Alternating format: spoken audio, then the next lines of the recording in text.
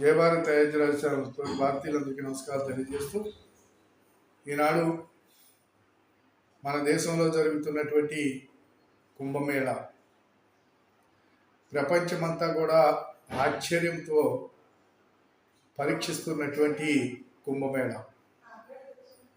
ఈ కుంభమేళ అనేది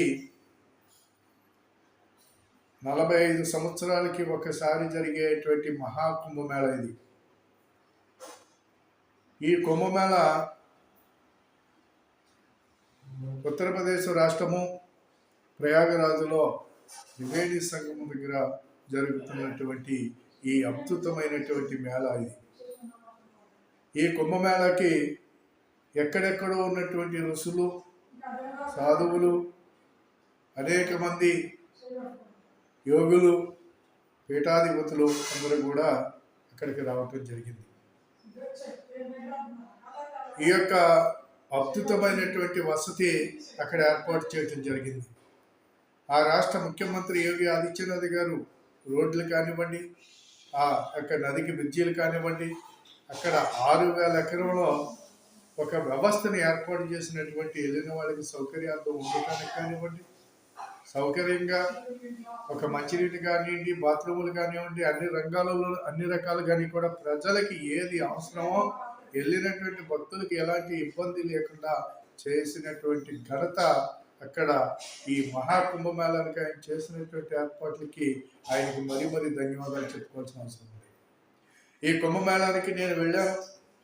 జనవరి 23వ తారీఖు 24న అక్కడ నేను 24కి వెళ్ళటం జరిగింది. 24, 25, 26 3 రోజులు నేను ఆ కుంభమేళాలో ఆ యొక్క పరిసర ప్రాంతాలన్నీ కూడా పరిశీలించి నేను ఎక్కువ తిరిగి ప్రతిరోజు అక్కడ ఉన్నటువంటి స్థితిగతులన్నింటినీ కూడా నేను గమనించడం జరిగింది.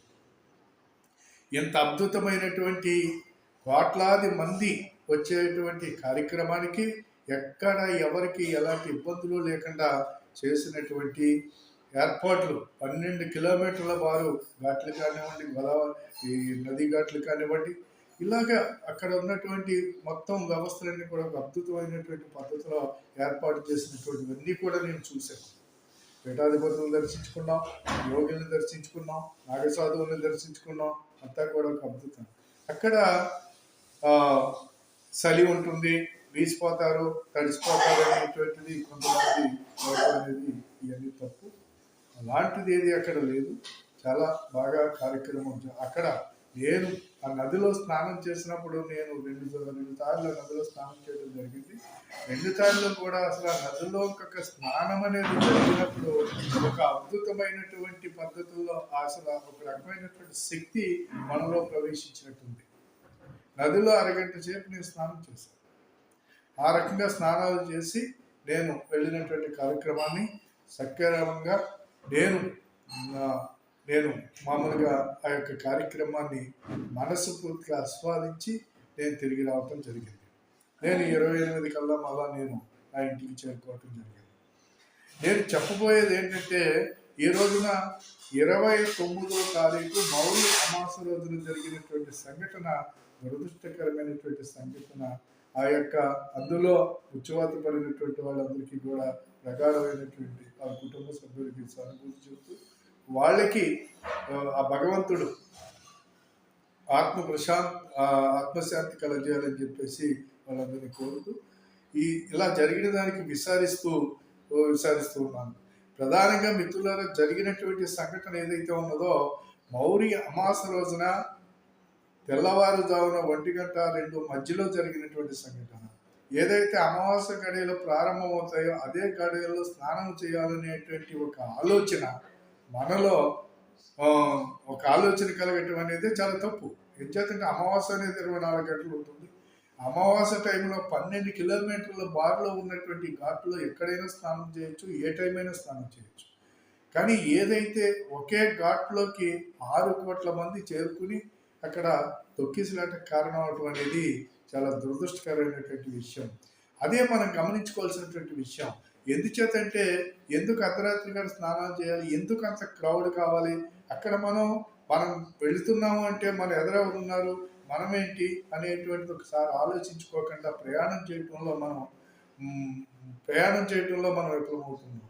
అది కాబట్టి ఖచ్చితంగా ఆ సంఘటన అనేది జరిగినటువంటి వితిన్ గంట లోపులోనే మళ్ళా దాన్ని అంతటిని కంట్రోల్లోకి తీసుకొచ్చి అక్కడ అస్తవ్యవస్థకు గురైనటువంటి వాళ్ళందరినీ వీళ్ళందరినీ హాస్పిటల్లోకి తీసుకుపోవటం కానివ్వండి, అక్కడ ఒక 20 మంది ప్రాణాలు కోల్పోయినటువంటి వాళ్ళని కానివ్వండి, ఇవన్నీ క్లియర్ చేసి మళ్ళా గంటలోనే యథాస్థితిని తీసుకొచ్చినటువంటి ఘనత అక్కడ ఉన్నటువంటి రాష్ట్ర ప్రభుత్వం.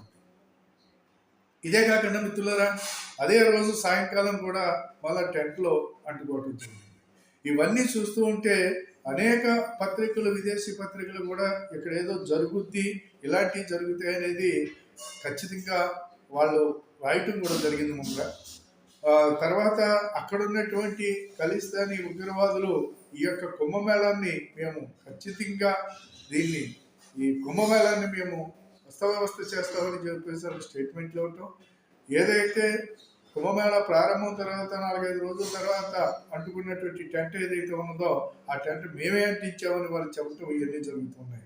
అది కాబట్టి ఇప్పుడు మనం ఆలోచించవలసినటువంటి ప్రపంచము నలుమూలల నుంచి ఏదైతే మౌర్య అమాస రోజున 15 కోట్ల మంది వచ్చారు, ఇదేమో చిన్న విషయం కాదు. అది కాబట్టి ఖచ్చితంగా మనం వెళ్ళినటువంటి పరిస్థితులు ఇవన్నీ గమనించుకోవాల్సినటువంటి అవసరం ఉంది. అక్కడికి వెళ్ళిన తర్వాత ఖచ్చితంగా వాతావరణాన్ని బట్టి ఈ యొక్క ఎక్కడైతే వెసులుబాటు ఉంటుందో అక్కడ స్నానాలు చేయటం కానివ్వండి, అదే రకంగా మనం ఉన్నటువంటి లైన్లో ఎలాంటి కనీసం దూరాన్ని పాటించకపోతే, మన అడుగుపడే దూరాన్ని పాటించకపోతే దాన్ని ఎంత